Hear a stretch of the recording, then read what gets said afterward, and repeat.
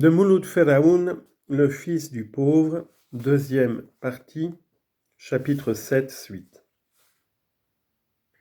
Chaque année, aux grandes vacances, il revenait parmi les siens. Il avait alors le temps d'oublier la ville, et la ville l'oubliait. Il se transformait peu à peu, se laissait reprendre par les camarades, la djema'a, le café, les travaux des champs, le village tout entier. Et chaque fois, au 1er octobre, il fallait s'arracher de nouveau à la montagne, puis débarquer en paysan parmi des condisciples qui hésitaient à le reconnaître, tout bruni, endurci par les tâches de l'été. Fouroulou, pourvu du brevet, retourna donc au collège. Il y allait pour une deuxième année, pour une dernière année. Son diplôme lui donnait de l'assurance, bien que la situation matérielle de ses parents fût plus difficile que jamais. Au village, on ne le considérait plus comme un enfant. Son père, à tout propos, demandait son avis. Les oncles et les cousins l'invitaient aux réunions. Des gens venaient le consulter ou se faire écrire des lettres difficiles. On lui donnait de l'importance, mais Fouroulou n'en tirait aucune vanité. Il aurait voulu qu'on le conseillât lui-même, qu'on l'encourageât, qu'on le soutînt. Il se sentait seul. On lui faisait confiance alors qu'il aurait aimé faire confiance à quelqu'un, suivre aveuglément ses conseils, n'avoir à s'occuper que de son programme d'études. Son père lui avait dit avant son départ, « Va, mon fils, Dieu sera avec toi, il te montrera le chemin. » Sa mère l'avait embrassé tendrement et souriait avec un orgueil naïf. C'était clair. Les parents ne doutaient plus de rien. Ils étaient sûrs de sa réussite. Leur fils tout naturellement réussirait une fois de plus et il serait heureux. Lui savait très bien que s'il échouait, les portes de l'école normale seraient à jamais fermées pour lui, car il était à la limite d'âge exigée pour le concours.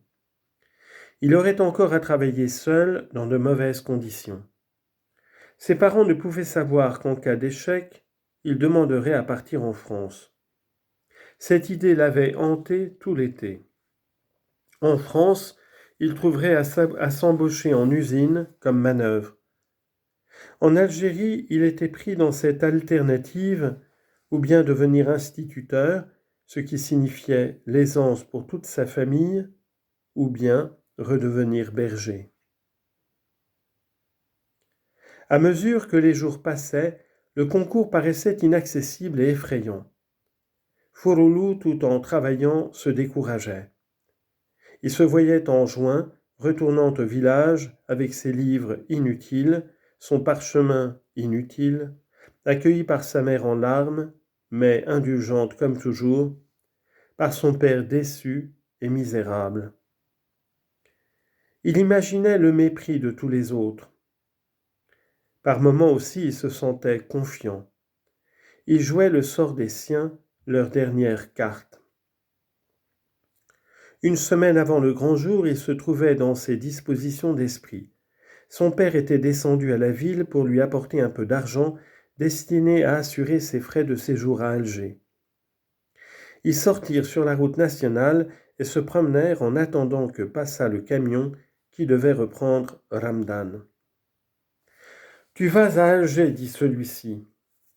Vous serez très nombreux là-bas. On n'en choisira que quelques-uns. Le choix, c'est toujours le hasard qui le fait. Tu vas à Alger comme tes camarades. Nous, là-haut, nous attendrons. Si tu échoues, tu reviendras à la maison. Dis-toi bien que nous t'aimons. Et puis ton instruction, on ne te l'enlèvera pas, hein? Elle est à toi. Maintenant, je remonte au village. Ta mère saura que je t'ai parlé. Je dirai que tu n'as pas peur. Oui, tu diras là-haut que je n'ai pas peur.